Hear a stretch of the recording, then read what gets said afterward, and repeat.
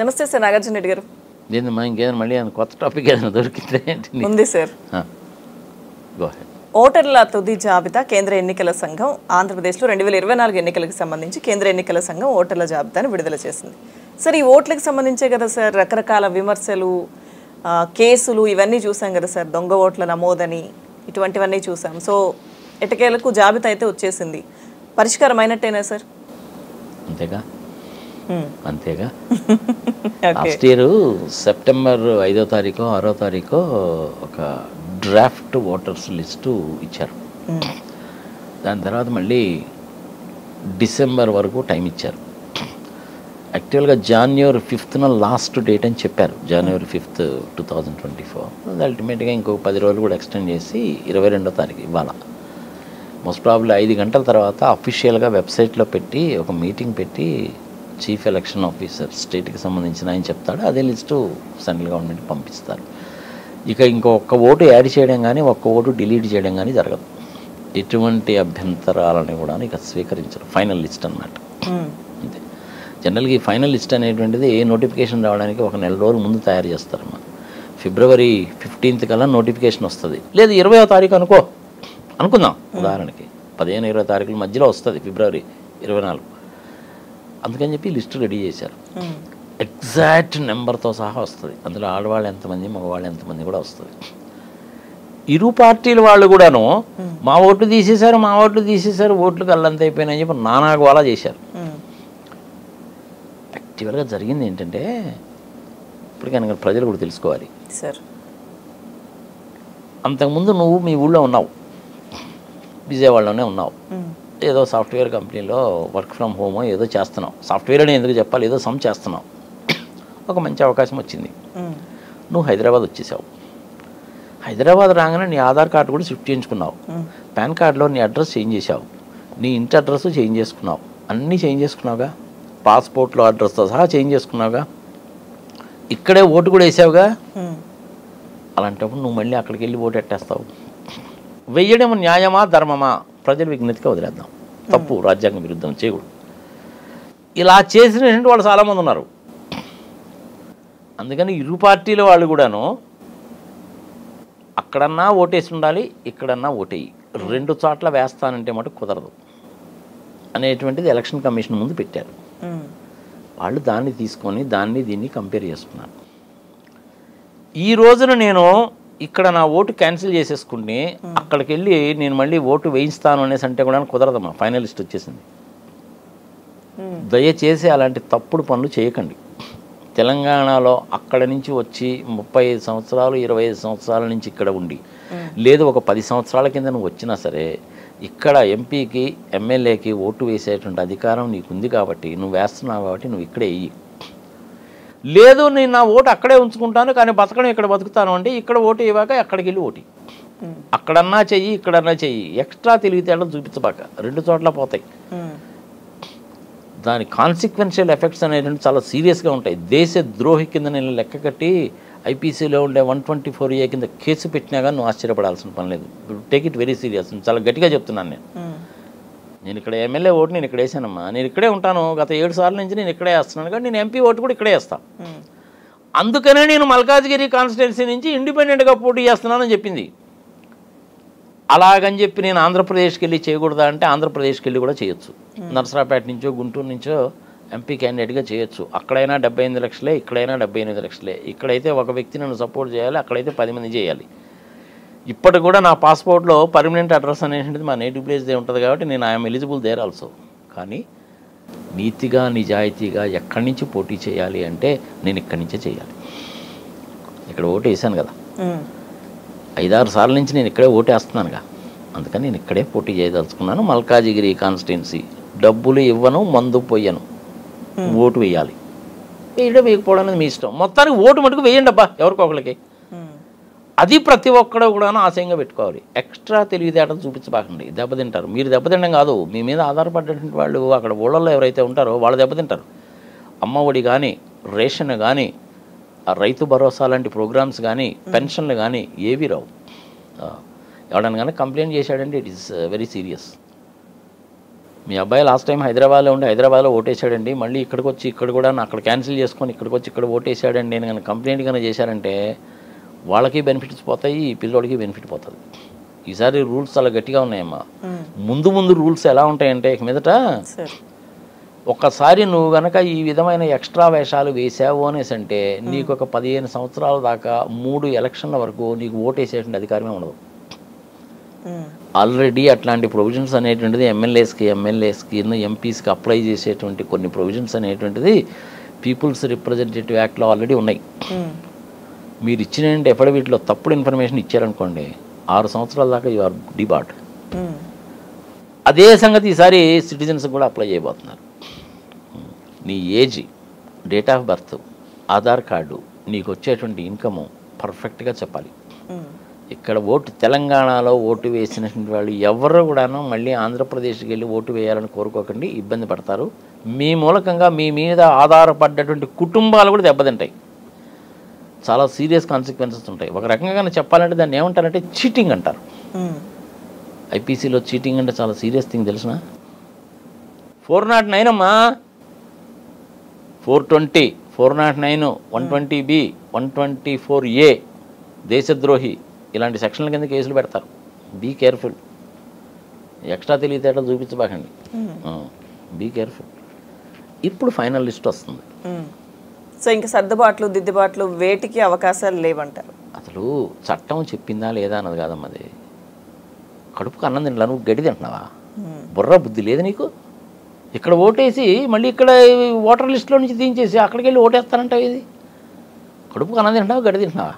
తప్పు కదా ఇది. ఇట్లాంటి తప్పుడు పనులు నువ్వు చేసి ప్రభుత్వాల తప్పుడు పనులు చేస్తున్నాయి. అభివృద్ధి మీద అసలు ఏమీ ఖర్చు పెట్టడం లేదు, పరిశ్రమలు రావడం లేదు, ఉద్యోగాలు రావడం లేదు, పెన్షన్లు రావడం లేదు, పొలాలకి నీళ్లు రావడం లేదు, పండిన పంటకి ధర లేదు అని నువ్వు మాట్లాడతావేంటి? నువ్వు చేసిందే తప్పుడు పని. తప్పుడు పని చేసినటువంటి నువ్వు దీని గురించి మాట్లాడతావేంటి? ఇండియాలో కాబట్టి బతికిపోతున్నారమ్మా. చైనాలో అయితే ఇట్లాంటి పనులు కానీ చేసినట్టయితే ఊరి తీస్తారు తెలుసా. సౌదీ అరేబియా లాంటి కానీ దేశాల్లో కన్నా మొక్కల కింద నరుకుతారు. ఇది ఇండియాలో కాబట్టి బతికిపోతున్నారు వీళ్ళు. నేను మీ ద్వారా ఏం చెప్తానంటే దయచేసి ఇలాంటి పనులు చేయకండి. Be careful. ఫైనల్ లిస్ట్ వచ్చింది. ఒక 1,00,000 ఓట్లు అటో ఇటో 4 లక్షల, 4 కోట్ల, 6 లక్షలు, 4 కోట్ల, 7 లక్షలే ఉంటుంది. ఒక 5-6 లక్షల మంది ఆడవాళ్ళు ఎక్కువ ఉంటారు. ఇది మొదటి నుంచి వస్తున్నటువంటి టెండెన్సీ. కనీసం 80% పోలింగ్ జరగాలి అని నేను కోరుకుంటున్నాను. ఇప్పుడు మనకి మంచి క్యాండిడేట్స్ వస్తారు. ఇప్పుడు జేడీ లక్ష్మీనారాయణ గారు ఉన్నారు. ఆయన ఎమ్మెల్యేగా పోటీ చేస్తారా, ఎంపీగా పోటీ చేస్తారా తెలియదు. మంచి ఎక్సలెంట్ పర్సనాలిటీ. అలాంటి వాళ్ళు ఒక 10-15 మంది అసెంబ్లీలో ఉండాలి. కనీసం ఒక 10-15 మంది పార్లమెంట్లో కూడా ఉండాలి. అప్పుడే ప్రభుత్వాలు పిచ్చి పిచ్చి వేషాలు వేయకుండా సక్రమంగా ఉంటారు. ఎందుకంటే ఈ 15 మంది మిగిలిన వాళ్ళని తాట తీస్తారు క్వశ్చన్లు వేసి. షర్మిలా లాంటి వాళ్ళు ఎంపీ అయిందనుకోండి, ఉపయోగం ఏముంది? 10 లక్షల కోట్ల అప్పు, 10 లక్షల కోట్ల అప్పు అంటారేమో. మరి అట్లాంటి వాళ్ళని ఎన్నుకోవాలా లేదా? ప్రజలు విజ్ఞతకు వదిలేద్దాం. 10th క్లాస్ అయినటువంటి పవన్ కళ్యాణ్ని పంపించాలా లేదా? చదువుకుంది 10th క్లాస్ కాబట్టి 10th క్లాస్ అంటున్నాం అనుకో. ఒకసారి 10th క్లాస్ వాళ్ళు కూడా చాలా తెలివిగల వాళ్ళు ఉంటారు. చాలామంది ఉన్నారు కూడా అట్లా. ఇప్పుడు సపోజ్ మా బావయ్య ఉన్నాడమ్మా, మందపాటి నాగిరెడ్డి గారు అని 3 సార్లు ఎమ్మెల్యే, 17 years ఉన్నాడు ఆయన. ఆయన 10th క్లాసే కదా చదువుకుంది. ఆయన లేడా? ఉన్నాడుగా. కోలా సుబ్బారెడ్డి గారు మా మావయ్య ఉన్నాడు. ఆయన కూడా అంతే. ఐ థింక్ 8th ఎంతో చదువుకున్నాడు. 1952 సంవత్సరంలోనే ఆయన ఎమ్మెల్యే. ఉంటారు కొంతమంది ఇట్లా. చదువు అనేటువంటిది మనిషికి సంస్కారవంతమైనటువంటి వాడిగా తయారు చేస్తుంది. ఎదుటివాడు ఎలా ముప్పతిప్పలు పెట్టినా సరైన సమాధానం చెప్పేటువంటి వ్యక్తి కింద తయారు చేస్తుంది. వాడి కాళ్ళ మీద వాడు నిలబడేటట్టు చేస్తుంది. దమ్ముగా ధైర్యంగా తలెత్తుకొని బతికేటట్టు చేస్తుంది. అంత మాత్రాన ఏలుముద్ర వేసేవాడు పనికి మాలినవాడని కాదు. ఏలుముద్ర వేసేవాళ్ళు ఒకసారి చదువుకున్న వాళ్ళ కంటే చాలా బెటర్గా ఉంటారు. మనకు తెలుగులో సామెత ఉంది కదమ్మా, చదువుకున్న వాళ్ళ కంటే సాకరోడు బెటర్ అని. అవునా కదా? ప్రాక్టికల్గా చూస్తాం కదా మనం. కానీ ఏంటంటే 10th క్లాస్ చదువుకున్నా, ఇంటర్మీడియట్ చదువుకున్నా, గ్రాడ్యుయేషన్ మాత్రమే చదువుకున్నా కానీ ఒకసారి చాలా తెలియగల వాళ్ళు చాలామంది ఉంటారు. వాళ్ళకి ఏంటంటే మీలాంటి సోషల్ ప్లాట్ఫామ్స్ వచ్చిన తర్వాత మంచి అవకాశం వచ్చింది. దానికి బెస్ట్ క్లాసికల్ ఎగ్జాంపుల్ సీతక్క గారు. బర్రెలక్క అని మొన్న ఒక అమ్మాయి పోటీ చేసిందా లేదా? ఓడిపోయిందా గెలిచిందా? That is a different thing. ప్రజలలోకి తెలిసిందా లేదా? ఇప్పుడు గెలవకపోతే ఇంకోసారి గెలుస్తుంది. ఏముంది అందులో? పవన్ కళ్యాణ్ గారు ఇప్పటికైనా సరే కాక బుద్ధి తెచ్చుకోవాలి. వాళ్ళ అన్నకు జరిగిన అనుభవాన్ని చూసి బుద్ధి తెచ్చుకోవాలి. చిరంజీవి గారి కంటే ఈయనేం పోటుగాడు కాదుగా, అవునా కదా? 70 లక్షల ఓట్లు తెచ్చుకున్నాడు, 18 మంది ఎమ్మెల్యేలు. నడపలేక కదా కాంగ్రెస్లో గెలిపించాడు, అవునా? అప్పుడు ఏమైంది? ఇటు కాంగ్రెస్ వాళ్ళు అటు తెలుగుదేశం వాళ్ళు ఇద్దరు చిరంజీవిని తిట్టారు. నీ మూలకంగా 70 లక్షల ఓట్లు పోయి బాబు నేను ఓడిపోయానని చెప్పి చంద్రబాబు నాయుడు తిట్టాడు. నీ మూలకంగా 70 లక్షల ఓట్లు పోయి అంతకుముందు సీట్ల కంటే కూడా తగ్గినాయని చెప్పి రాజశేఖర రెడ్డి గారు అన్నారు. రాజశేఖర రెడ్డి గారు సెకండ్ టైం కూడా కాంగ్రెస్లో వచ్చారనుకో, that is a different thing. ఆయనకున్న చరిష్మాలో ఈ పవన్ కళ్యాణ్కి 10% కూడా లేదు. లాస్ట్ టైం 2 చోట్ల ఓడిపోయావు. తెలంగాణలో డిపాజిట్లకు అల్లంతు. బీజేపీ వాళ్ళేమో రమ్మని అనరు, పొమ్మని అనరు, పొగ పెడతారు. ఈడేమో 10th క్లాస్ చదువుకున్న వాడు, వాళ్ళ స్ట్రాటజీ ఏందో తెలిసి చావదు. చంద్రబాబు నాయుడు ఇండిపెండెంట్గా పోటీ చేస్తే ఎప్పుడూ గెలవడు. ఎంతసేపటికి పొత్తున్న గురించే మాట్లాడతాడు. గతిలాగా చివరికి కాంగ్రెస్ వాళ్ళ దగ్గరకు కూడా వెళ్తాడు. కాంగ్రెస్ని విభేదించే కదమ్మా ఎన్టీ రామారావు గారు పార్టీ పెట్టింది. సరే, ఎన్టీ రామారావు గారికును చంద్రబాబు నాయుడు కంటే నక్కకి నాగలోకానికి అంత దూరం వదిలేయి.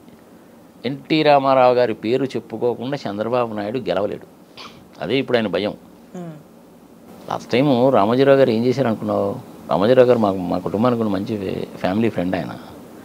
నేను బ్రహ్మాండ కంపెనీలో ఆడిట్ చేశాను కాబట్టి నాకు ఆయన సంగతి తెలుసు. మా మామయ్య అన్నదాతకి ఎడిటర్గా ఉన్నాడు కాబట్టి మా ఫ్యామిలీకి మంచి సంబంధాలు ఉన్నాయి ఆయనతోటి. ఆయన ఏం చేశాడంటే, ఎలాగైనా సరే కాక మనం చెప్పినట్టు ఈ ఎన్టీ రామారావు వినలేదు కాబట్టి వీడిని దింపేయాలి. దానికి ఏం చేశాడు? 2 కారణాలు దొరికినాయి. ఒకటికి ఆయన చేతిలో పేపర్ ఉంది. 2 చంద్రబాబు నాయుడు ఆవురావురమని చూస్తున్నాడు. ఈ ముసలాడు పోతే నేను చెప్పినట్టు అవుతానని. 3వ ఎలక్షన్ భారత్ దొరికింది వీళ్ళకి. ఆయన చేతిలో పేపర్ ఉంది కాబట్టి 5 వచ్చేసారు, 15 మంది వచ్చేసారంట, 25 మంది వచ్చేసారంట, 50 మంది వచ్చేసారంట అని పొద్దున మధ్యాహ్నం సాయంత్రమే కాకుండా గంటగా న్యూస్ ఇచ్చాడు. దాంతో మిగిలిన ఎమ్మెల్యేలు పరిశాన్ అవుతారా కదా? అట్లా వెళ్ళాడు. ఇంకెళ్ళినప్పుడు ఏం చేశారు? ఇరుక్కుపోయారు. పచ్చి అబద్ధాలు రాశాడమ్మా అప్పుడు మన రామోజీరావు గారు. యాక్చువల్గా 5 ఉంటే ఈయన 50 మంది అని రాశాడు. ఆ సంగతి మరి నీకెట్లా తెలుసండి నాగార్జున గారు అంటారేమో. తెలుగుదేశం పార్టీలో ఉండే చాలామంది నాకు మంచి ఫ్రెండ్స్ కూడా ఉన్నారు. మా ఫ్రెండే ఉన్నాడమ్మా మోతిపల్లి నరసింహం అని, పాపం 5 సార్లు ఎమ్మెల్యే. నీ గవర్నర్ ఇస్తా అని చివరిలో హ్యాండ్ ఇచ్చాడు. తర్వాత తిట్టరాని తిట్టాడు పాపం. ఆడపోయే తర్వాత టీఆర్ఎస్లో జాయిన్ అయ్యాడు. టీఆర్ఎస్ నుంచి మళ్ళీ తర్వాత కాంగ్రెస్లో జాయిన్ అయ్యాడు. అట్లా చంద్రబాబు నాయుడు ఏంటంటే నమ్మిచ్చి మోసము చేయడంలో, గొంతు కోయడంలో మంచి తిట్ట. I'm very sorry to say this. నేను కూడా ఆయనతో కలిసి వర్క్ చేశానమ్మా, నన్ను అపార్థం చేసుకోబాక. నేను, జయప్రకాష్ నారాయణ గారు, హనుమాన్ చౌదరి గారు, మేమందరం కలిసి హైటెక్ సిటీ అప్పుడు బాగా వర్క్ చేశాం. I'm also one of the members who fixed the rate 1245 rupees per square yard. I know it pretty well being an auditor. ఆ రోజుల్లో చంద్రబాబు నాయుడికి, ఈ రోజుల్లో చంద్రబాబు నాయుడికి అసలు ఎక్కడ పోటీ లేదమ్మా.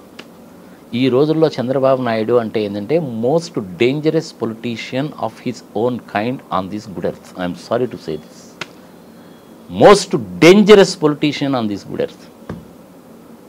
అందుకనే మోడీ గారి దగ్గర రానిట్లు. ఇటు అవకాశం ఉంటే అటు పోతాడమ్మా. అది వచ్చిన ప్రాబ్లం. నేను ఆయనతో కలిసి వర్క్ చేశా ఫర్ యువర్ ఇన్ఫర్మేషన్. పదవి కోసం ఏదైనా చేస్తాడమ్మాయన. రంగా గారు లాంటి వాళ్ళని లేపేయడం లాంటి పనులైనా చేస్తాడు. విశాఖపట్నంలో కొడికెత్తి లాంటి పని అయినా చేస్తాడు. ఏదైనా చేస్తాడు. ఎంత చేసినా కానీ జగన్మోహన్ రెడ్డి దెబ్బ తట్టుకోవడం కష్టమే. అందుకని ఎంతసేపటికి ఏంటంటే బీజేపీ మీరు రండి, షర్మిల నువ్వు కాంగ్రెస్లో జాయిన్గా, పవన్ కళ్యాణ్ నువ్వు రావయ్యా పిలుస్తుంటాడు అనమాట అందరినీ. ఒక్కడిగా చేసేంత సీన్ ఎప్పుడు లేదు ఆయనకి. ఒకప్పుడు మంచి ఎక్సలెంట్ అడ్మినిస్ట్రేటర్ ఆయన, పేరు పోగొట్టుకున్నాడు. మేము కూడాను టీడీపీకి ఓటేసిన వాళ్ళమే. మరి ఇప్పుడు ఇంత ఈ విధంగా ఎందుకు మాట్లాడుతున్నాం? The most dangerous, crooked, illogical, immoral, unethical politician of his own kind on this good earth. ఇంకెంతకంటే స్ట్రాంగ్గా నేను చెప్పలేను. ఎందుకు చెప్తున్నానంటే పర్సనల్ చూశాను కాబట్టి. పోనీ అలాగని చెప్పి జగన్మోహన్ రెడ్డి నన్ను పిలిచి శాలువాగా పన్నీరు చేయలేడు అనుకుంటున్నాం ఏంది? అది కూడా లేదు. వయా మీడియాగా రాజశేఖర రెడ్డి గారితో కలిసి పనిచేశాను. నేను ఆశించింది లేదు, అంత చేటు నాకు ఆయన ఇచ్చింది లేదు. ఒక్క ఏపీఎస్ఆర్టీసీకి సంబంధించిన విషయంలో ఇద్దరం కలిసి వర్క్ చేశాము. As a consultant I did it. He has respected me lot. అంతే. రాజశేఖర రెడ్డి గారి దగ్గర ఉన్న విషయం ఏంటంటే మనిషి చెప్తే వింటాడు. ఆ ఎక్స్పర్ట్స్ కానీ ఇంకోళ్ళు కానీ చెప్తే ఏమిటంటే ఆ సంగతి నాకేం తెలుసా, మీరు చూడండి బాబు, నేను ఫైల్ మీద సంతకం పెడతానంటాడు. ఈ చంద్రబాబు నాయుడు ఆ టైపు కాదు. అన్ని విషయాలు నాకే తెలుసు, నాకంటే నీకు ఎక్కువ ఏం తెలుసు, నేను చెప్పాను నువ్వు చేయి అంటాడు. ఆ 371 కోట్ల విషయంలో కూడా అంతే. అదే చివరికి ఆయన కొంప ముంచింది. సరే, ఇప్పుడు ఫైనల్లీ ఓటర్ల లిస్ట్ వచ్చేసింది కాబట్టి ఇంకా దీని మీద ఎవరు ఏం మాట్లాడే అవకాశాలు లేవా? ప్రశాంతంగా ఎన్నికలకు వెళ్ళిపోవడమేనా? ప్రశాంతంగా ఎన్నికలకు వెళ్ళిపోవడమే. మీ ఓటు ఉందా లేదా చూసుకోండి, అర్జెంటుగా ఒక ప్రింట్అవుట్ తీసి పెట్టుకోండి. రేపు పోలింగ్ బూత్కి వెళ్ళినప్పుడు ఆ ప్రింట్అవుట్ తీసుకెళ్ళండి, మీ ఆధార్ కార్డు కూడా తీసుకెళ్ళండి. ఎమ్మెల్యేకి సపరేట్ కౌంటర్ ఉంటుంది, ఎంపీకి సపరేట్ కౌంటర్ ఉంటుంది, రెండింటికి సపరేట్ కంట్రోల్ యూనిట్స్ ఉంటాయి. ఈవీఎంలు ఎక్సలెంట్గా పనిచేస్తాయి, అనుమానాలు వద్దు. స్లిప్ కూడా బయటకు వస్తుంది. ఆ స్లిప్ మీరు జేబులో వేసుకోవడానికి కుదరదు, ఆ స్లిప్ లోపలే పడిపోతుంది. మీరు చూసుకోండి. లాస్ట్ టైం ఎందుకు చెప్తున్నానంటే, లాస్ట్ టైం చంద్రబాబు నాయుడు గారు బయటకు వచ్చి నేను ఎవరికి ఓటేసానో నాకే తెలియలేదు అన్నాడు. మరి ఈయన చూసుకోవద్దా?